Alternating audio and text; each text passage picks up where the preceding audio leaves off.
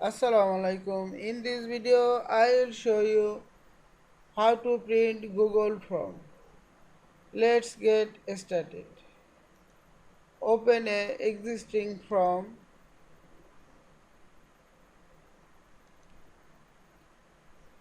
Go to head or top in this form.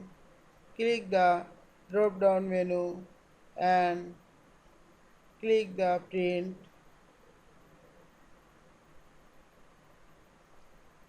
Select the printer from your destination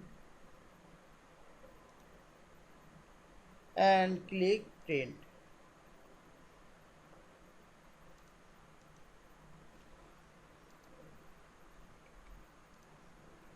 Or press the Ctrl plus P button from the keyboard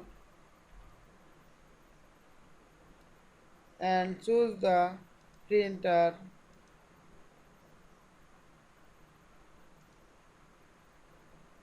and select the page,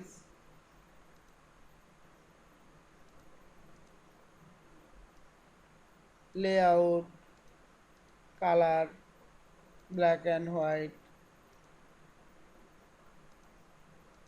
and hit OK.